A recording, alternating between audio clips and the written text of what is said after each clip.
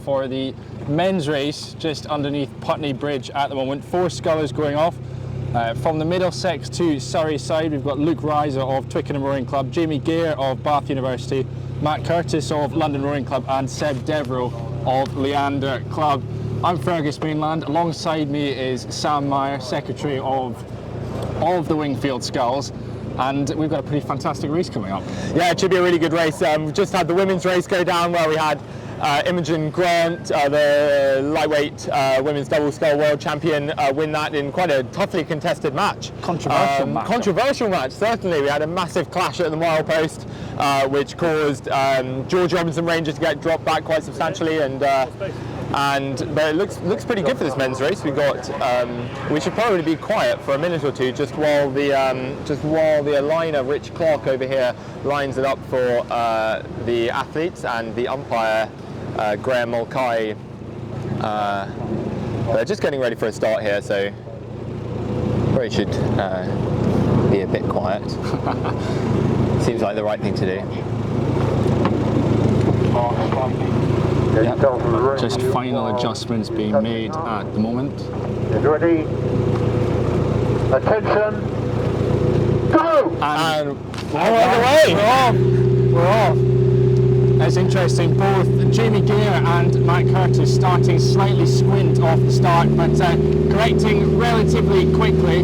But at the moment, I'd say it is Luke Reiser of Twickenham Rowing Club, who's on the Middlesex station to the right-hand side. Excuse me, of the screen. Seb Devereux on the Surrey side. He's in the choppier water at the moment, and I imagine Sam, he'll be looking to shift his way over onto Middlesex ever so slightly to get out the bouncy wash. Yeah, he's probably going to want to slowly move over to Middlesex here, but he's not in a bad position going straight along the line of boats. Seb Devereux, really powerful athlete, and as much as it's a 20-minute long race, it really does help to get out nice and hard off the start, because you can get in front, you can control the race, and you can see that's what Seb's trying to do here. He's just about half a length margin over Luke Reiser of Twickenham Rowing Club, and then maybe we've got Matt Curtis of London Rowing Club just on Luke's stern, and then Jamie Gare just on Matt's stern. But it looks like Seb's putting in quite a big push off the start here. Yeah, phenomenal start from Seb Devereux. When they come along Putney, we're just passing Westminster School, past Thames Rowing Club now, and Seb Devereux is already out, so I'd say clear water over the rest of the field. And it's interesting now, compared to the women's race, by this stage, I think a lot of the women's scullers are trying to shift themselves over to Middlesex to make the most of this bend advantage that we're about to get. But all 4 of these scullers sitting relatively in the middle of the river. No one's darting over to Surrey, towards Middlesex, over towards Craven Cottage. Yeah, I think it's people just trying to figure out what's the best line, what's the best thing with the stream, what's the best thing with the weather, what's the best thing with the wash. You know, there's many types of course you can take down the river. You don't really want to be heading over Fulham Flats, just outside Fulham Football Club, and that's what Seb's doing. He's staying nice and wide on the corner. Can be really tempting to try and cut the corner, but certainly in this sort of tide condition, you want to be coming as far over and just, he's got a long way up, so he's just extending what he can at the moment. Yeah. And actually compare and contrast the styles that we're seeing at the moment. Matt Curtis, I'd say he's rating significantly lower than the rest of the field. I mean, the likes of Luke Reiser of Twickenham Rowing Club sitting well about 3 or 4 pips above Matt Curtis, but their boats are still level at the moment as we're coming past Craven Cottage. Luke Reiser with the bend advantage over Matt Curtis at the moment. Not a huge bend advantage this first one round to Middlesex, but an advantage nonetheless. And one that is starting to work out for Luke Reiser, and he's starting to edge out probably about half a length or so. He's gone over Matt Curtis in 2nd place. Yeah, it's a pretty close one here. We saw this a lot in the women's race where, especially in the second half, we had Imogen really extend their lead, and then it just became this incredibly close battle for sort of those 2nd, 3rd, 4th, 5th and 6th positions in the women's race. Here we've only got 4 competitors racing, because Miles Devereux, Seb Devereux's brother, pulled out at the last minute, and Reiser, the 2nd place finish in last year and Sculler's head winner this year, pulled out with an injury. But no, it definitely looks like Seb is extending his lead out here. It's interesting looking at the different styles of racing from this race to the women's race. In the previous race, Imogen went out. She knew what her strength was, and that was her long distance power over the entire course. Whereas here, we've got Seb, a very punchy, aggressive, powerful athlete, and he's really looked to put his mark down on the race, even before the milepost. Yeah, he's so far out in front of this race. He's got an ocean between him and Luke Reiser of Twickenham Rowing Club. And well, we're going to wait and find out whether or not Seb's just he's chucked it in far too early. Because at the moment he's got about 5-6 lengths advantage over the rest of the field. The other three scullers, they're closely packed together, as we've said. Luke Reiser just holding on to second place as he battles off a seagull, and Matt Curtis, he's ploughing through. He keeps churning away, Matt Curtis. He's slow and steady, and I think we should be expecting something big from him as the river starts to bend back round towards Surrey in 500-600 metres time or so. Yeah, for sure. Matt's been sitting at this low rate of striking for the last little while. Even from halfway down the boats, it looked like he's settled. And that, we don't know whether that's a tactic, whether that's just how he rows or whatever, but it looks like he might be able to pull through and get a bit closer to Seb later on in the race. I mean, Seb's doing, as we said, a really impressive job here, just extending out the lead. He might even be able to conserve a little bit, but he might also just be trying to show off and maybe get a big margin, and we don't know if he can hold it for the rest of the race. I guess we have to see.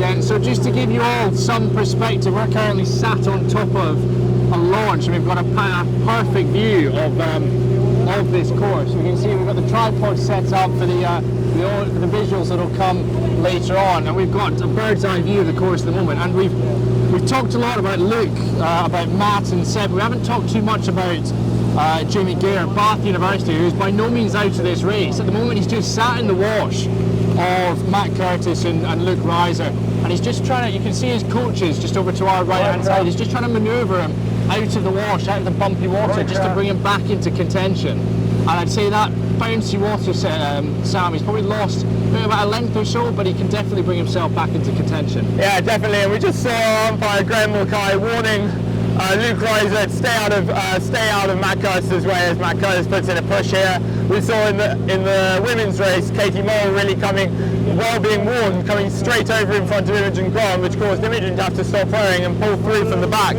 But here we've got Jamie Gare doing a really good job. He's by no means he's doing really well to stick with this pack. He got fourth at the under-23 Europeans this summer in the double with Seb, who's currently leading, with Seb's brother Miles Devereux. And he's a semi-finalist in the Prince of Wales. He's got silver and bronze at Bucks, and he's a finalist at the Met Regatta. So he's a really high-quality sculler. But we can see here that well, actually, he said that it's his first ever time racing on the tideway, or even actually rowing on the tideway in a single. So maybe he's struggling a little bit more with the wash than the others. But no, he's doing a really good job, really sticking with the rest of the pack here. And again, we can see Graham warning Luke Reiser to stay out, give Matt Curtis that line, because we don't want to see another incident like we saw in the previous race. No, certainly not. And the next major marker for these athletes, we're just going past Harrods Depository at the moment. Fulham Reach Boat Club is just over or to the right hand side of your screen at the moment, and Seb Devereux is cruising towards Hammersmith Bridge at the moment. Matt Curtis, though, he's very much still in contention for second place, and he's going to have the bend advantage over the Twickenham sculler. Matt Curtis, of course, he won Pearshead not so long ago. He was the 2016 under-23 world champion in the lightweight men's quad as well, so a fantastic effort. But Matt Curtis is now got to watch out for that red steering buoy. I think he's just clocked it. His coach has pointed out to him, and he gets by just by about a couple of feet or so.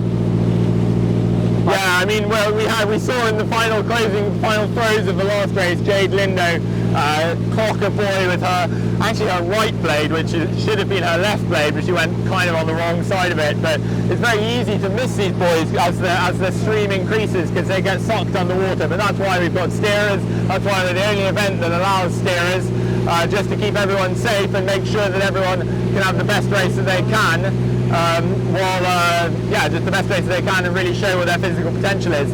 I should just say thanks a lot to Stitch, who have provided us with these incredible Zephyrs that the athletes are wearing. You may not quite be able to see them from my iPhone camera, but they've all been given courtesy of Stitch, these great Zephyrs that they're racing in that have the nice green and white of the Wingfield Sculls. So Reiser again here getting warned by Graham, as he might be trying to infringe on Matt Curtis, but now we've got Reiser might be starting to push Jamie out as Jamie tries to move up on him.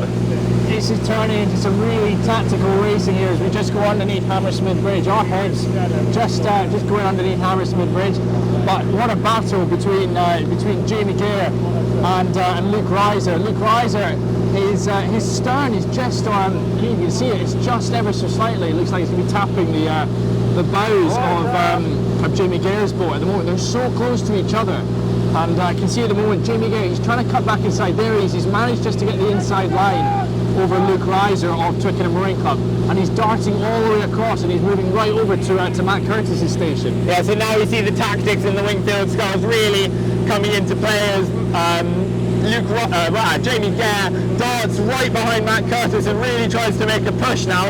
If he pushes hard, he can make Matt move out of the way for him, because Matt can't just block him here basically. So it's a really tactical racing, and here we've got an incredibly close race between the three people for the minor placings in this race. Seb, yes, out the front, but look at this, we've got 3 people with overlap still coming past St Paul's. And to be honest, Sam, it looks like that's exactly what Jamie's doing. He's forcing Matt just to go a little bit wider, and I don't think he's quite got overlap yet.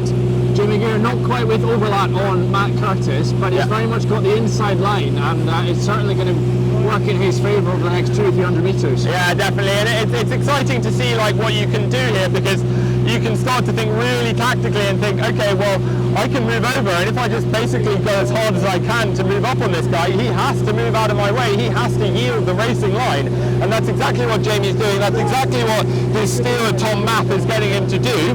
And I'm sure over at Bath University we're really excited to see him starting to challenge both Matt Curtis and Luke Reiser here. He's moving.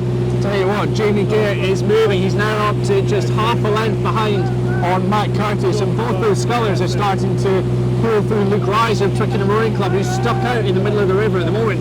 He's held his line so well, but to what detriment is that going to be as we come round this bend and we get to the top of Chiswick? He's held it very, very well, but it's been Jamie Gare of Bath University who's made the most of this last section, and he's now pushed himself into second place. Yeah, we can forget what's just happened in the entirety rest of the race, because we've basically just gone back to the start line for these 3 athletes. Completely line astern, well not line astern, completely bow for bow coming into the ahead as we start to get into some slightly rougher water here. Looks like it's going to be Jamie who's getting the better of the conditions here on the inside, and Luke and Matt are really struggling as we move into this much stronger headwind here.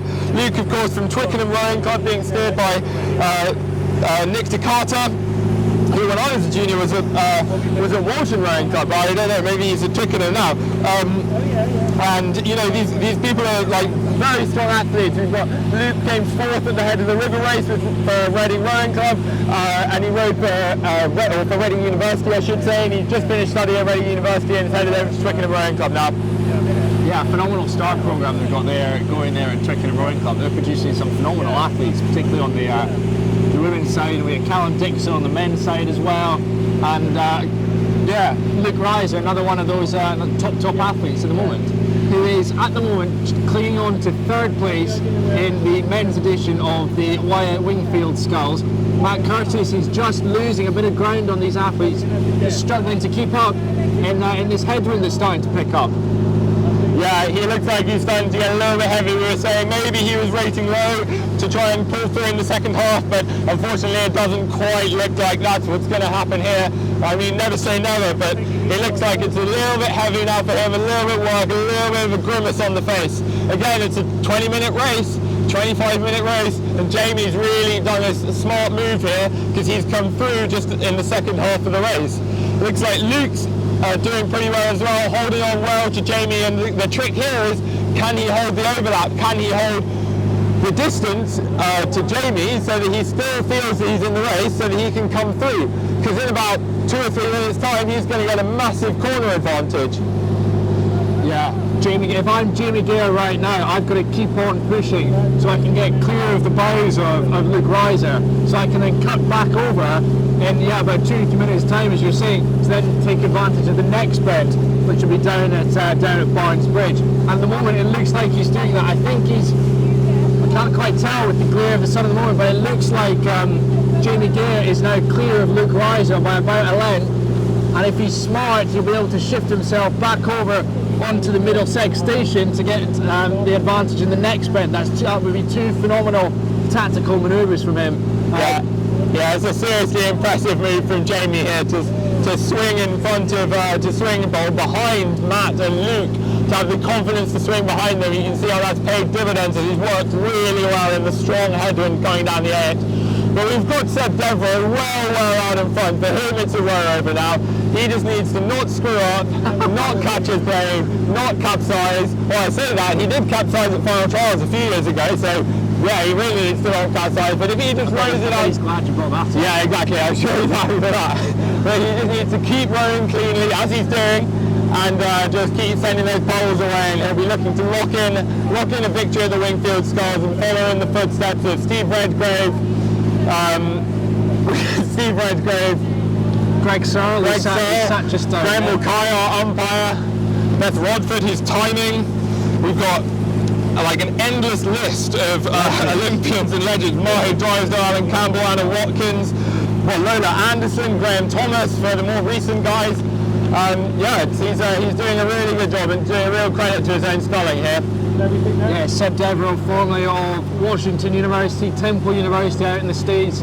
Sam, he won the Under-23 World Championships with you in the double a few years back, and it looks like he'll be able to add Wingfield Sculls 2022 to that. Not just Wingfield Sculls champion, but champion of the Thames and the British Amateur Sculling champion as well.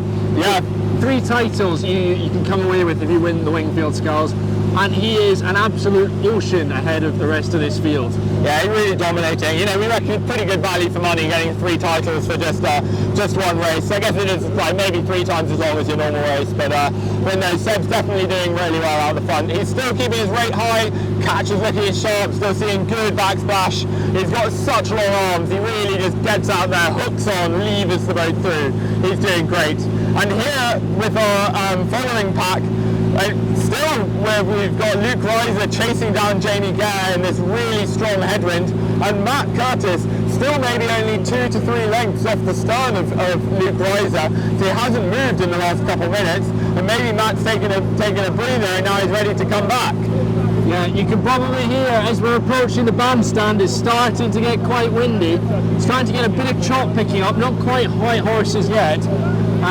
But Sam, now's probably a pretty good opportunity to show everyone all the launches and the steerers next to us. Yeah, so here we can see all the steerers and the launches. So I think we've got 5 launches, 6 launches including us, so 1 aligners launch, and then each athlete has to bring along a steersman or steerer to keep them in the right place on the river and act as their safety launch, which is great because it means we can run the race in almost any conditions, because you know, if you get swamped, well, luckily you've got a launch just behind you to pick you up.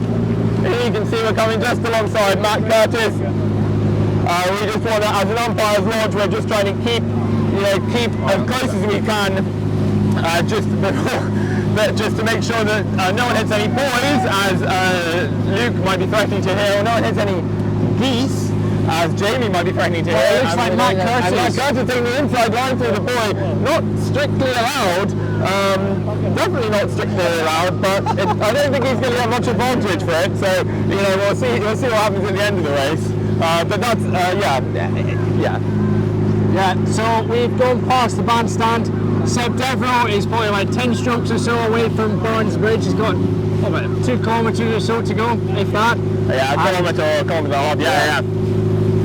And we are still so close for that 2nd and 3rd place position, just like we were in the women's race about an hour or so ago. While we've been talking, we've actually had something completely slip past us. Is that Luke Reiser has now overhauled Jamie Gare, and we thought Jamie Gare would be able to get on the inside of it, but Luke seems to have held the inside, and now he's pulled past Jamie Gare for that 2nd place position. It's really great racing, because on these longer races it's so easy to let someone kind of go ahead of you, or you think you're ahead of someone, and then it can all kind of just become the line stern processional race from Hammersmith Bridge.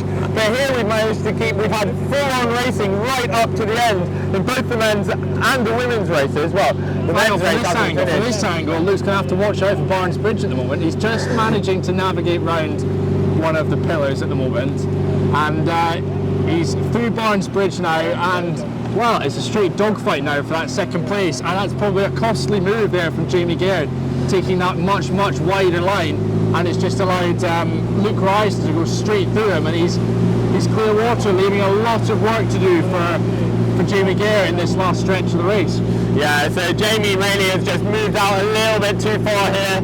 He's maybe a little bit in the rougher water, a little bit in the wind, and just taking the longer line. And really it's opening up the door for Matt Curtis, who's still not out of it, to put in the final push and overtake him.